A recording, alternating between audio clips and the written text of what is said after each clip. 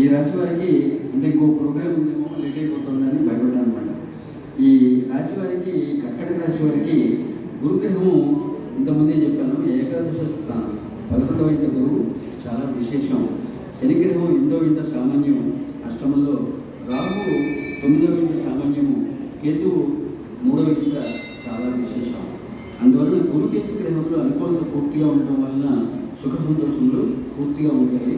ఈ కర్కాటక రాశి వారికి ఆరోగ్యం కింద సంవత్సరం కంటే మెరుగ్గా ఉంటుంది, తృప్తికరంగా ఉంటుంది. పెండింగ్లో ఉన్నటువంటి అన్ని విషయాలు లావాదేవీలు అనుకూలంగా పరిష్కారం అవుతాయి. ఈ కర్కాటక రాశి వారికి విద్యార్థులకు తాము కోరుకున్న కోర్సులు కాలేజ్ సీట్లు తప్పకుండా వస్తాయి. తర్వాత వివాహములు కావాల్సిన వారికి వివాహములు జరుగుతాయి. శనిగ్రహములకు శాంతి చేసుకోవాలి, ఈశ్వర ప్రార్థన ప్రతినిత్యం చేస్తే మంచిది ఈ కర్కాటక రాశి వారు. అలాగే 5వదైనటువంటి సింహరాశి. సింహరాశి అంటే మఖ, ఉప, ఉత్తరపల్లి, విడబాలు కలిసి సింహరాశి అవుతుంది. ఈ సింహరాశి వారికి గురుగ్రహం 10వ స్థానంలో సామాన్యం. అలాగే శని సప్తమంలో, రాహు అష్టమంలో, కేతువు ద్వితీయంలో కూడా సంవత్సరం అంతా కూడా సామాన్యంగా ఉన్నది. అన్ని విషయంలోనూ వ్యతిరేకత ఎక్కువగా గోచరిస్తుంది ఈ సింహరాశి వారికి. ఉద్యోగస్తులకు మాత్రం ఉన్నత స్థితి లభిస్తుంది. వ్యాపారస్తులకు సామాన్యంగా ఉంటుంది. విద్యార్థులకు క్యాంపస్ సెలక్షన్స్ వస్తాయి. సింహరాశి వాళ్ళకి తగిన ప్రత్యేక జాగ్రత్తలు తీసుకోవాలి. ఆరోగ్యం విషయంలో రాహుకేతు గ్రహాలకు వ్యాఖ్యానం చేసుకోవాలి. దుర్గా సప్తస్వర పారాయణ, సూర్య నమస్కారం ప్రతిరోజు చేస్తే మంచిది. అలాగే కన్యారాశి. కన్యారాశి దగ్గరికి వచ్చేసరికి ఈ భూమికి ఇరుసు అని అంటాం. భూమి పెద్ద మ్యాగ్నెటిక్లో వెళ్ళాడుతూ ఉంటుంది అన్నమాట. దానికి ఇరుసు ఈ కన్యారాశి. రొటేషన్ చేసేటప్పుడు కన్యారాశి మనం పెద్ద రాకెట్లో మనం కలిసి పెడితే రాకెట్లోకి ఇవన్నీ ఎక్స్ప్లెయిన్ చేయొచ్చు. ఎవరెక్కడ ఉన్నారు, భూమి ఎక్కడ ఉంది, చంద్రుడు ఎక్కడ ఉన్నాడు, కుజుడు ఎక్కడ ఉన్నాడు, సూర్యుడు ఎక్కడ ఉన్నాడు, ఇవన్నీ కూడా ఎక్స్ప్లెయిన్ చేస్తున్నారు. రష్యా వాళ్ళు ఒకసారి ఎక్స్పెరిమెంట్ చేసి శని గ్రహం చాలా 10 ఏళ్ళ పాటు ట్రావెల్ చేస్తే శని గ్రహానికి 10 years పట్టింది టు రీచ్ శాటర్న్. అంటే అది బ్లూ కలర్లో ఉంది అని చెప్పి వాళ్ళు ఇన్ఫర్మేషన్ ఇచ్చారు సైంటిస్టులు. మన వాళ్ళు ఎప్పుడు చెప్పారు శ్లోకం, నీలాంజన సమావాసం రవిపుత్రం నమాజం ఛాయామాత్రం సంపూర్ణం నమామి శనీశ్వరం. ఎప్పుడో చెప్పేశారు మన వాళ్ళు.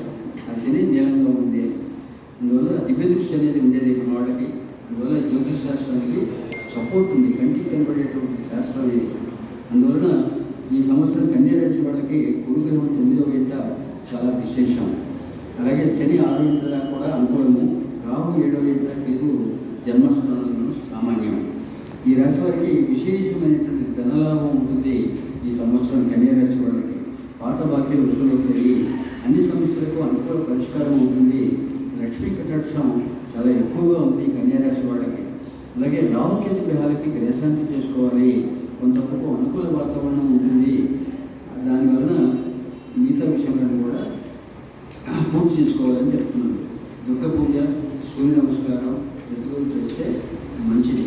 అలాగే 7వదైనటువంటి తులారాశి. ఈ తులారాశి వారికి అంటే చిత్ర నక్షత్రం 3-4 పాదాలు, స్వాతి, విశాఖ 1-2-3 పాదాలు కలిసి తులారాశి అవుతుంది. ఈ రాశి వారికి గురువు 8వ ఇంట సామాన్యం, అష్టమ గురువు సహాయం చేయడం. అందువలన గురువు సామాన్యం. శని 5వ ఇంట సామాన్యం, రాహు 6వ ఇంట చాలా విశేషము, పూర్తి అనుకూలం. కేతువు 12వ ఇంట వ్యయంలో సామాన్యం. అనవసర ఖర్చులు ఎక్కువగా ఉంటాయి. ఆరోగ్య విషయంలో తగిన ప్రత్యేక శ్రద్ధ వహించాలి. తీర్థయాత్రలు ప్రయాణాలు ఎక్కువగా చేస్తారు. దూరదేశ ప్రయాణంలో కూడా అనుకూలంగా ఉంది ఈ తులారాశి వాళ్ళకి. అష్టమ గురువు స్థితి వలన అధికారుల అనుకూలత చాలా తక్కువగా ఉంటుంది. అందువల్ల మెళుకువతో జాగ్రత్తగా ఉండాలి అధికారులతో. తర్వాత వైరాగ్య జీవనం ఎక్కువగా ఉంటుంది తులారాశి వాళ్ళకి. గురుగ్రహములకు గ్రహశాంతి చేసుకుంటే మంచిది. రాహు గ్రహాన్ని 6వ ఇంట్లో వలన జీవితంలో సుఖానికి ఏ విధమైన లోటు లేదు. సద్గురు చేసుకుంటే మంచిది. సూర్య నమస్కారం, ఈశ్వర ప్రార్థన ప్రతినిత్యం కూడా చేసుకోవాలి తులారాశి వాళ్ళు. ఈ కోరినామ సంవత్సరంలో 8వ రాశి అయినటువంటి వృశ్చిక రాశి. వృశ్చిక రాశి అంటే విశాఖ నక్షత్రం 4వ పాదం, అనురాధ, జ్యేష్ఠ నక్షత్రాలు కలిసి వృశ్చిక రాశి అంటాము. ఈ రాశి వారికి గురుగ్రహం 7వ చాలా విశేషం.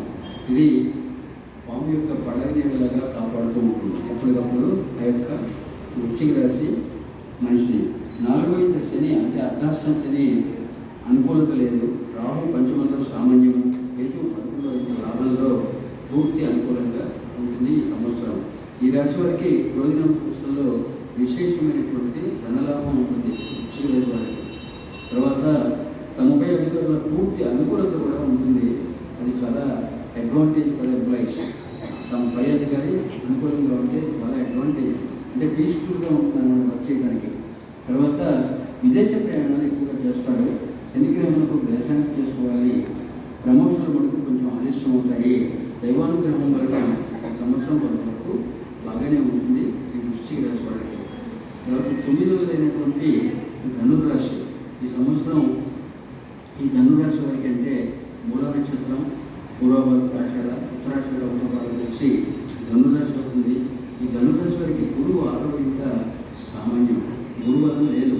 అలాగే శని 3వ ఇంట విశేషము, రాహు 4వ ఇంట, కేతు 10వ ఇంట సామాన్యం. అంత అనుకూలత స్థితి గ్రహస్థితి లేదు. ఈ రాశి వారికి మనస్సుకు ఆందోళనలు ఎక్కువగా ఉంటాయి. అయినప్పటికీ మంచి సంపత్కరంగా ఉంటుంది ఈ యొక్క ధనురాశి వాళ్ళకి. కలహ ప్రసంగంలో చేయకూడదు. ఆరోగ్య విషయంలో తగిన శ్రద్ధ కావాలి. ఉద్యోగ వ్యాపార విషయంలో కూడా ప్రత్యేక శ్రద్ధ కావాలి. విద్యార్థులు బాగా కృషి చేస్తే కానీ ఫలితం తగ్గదు.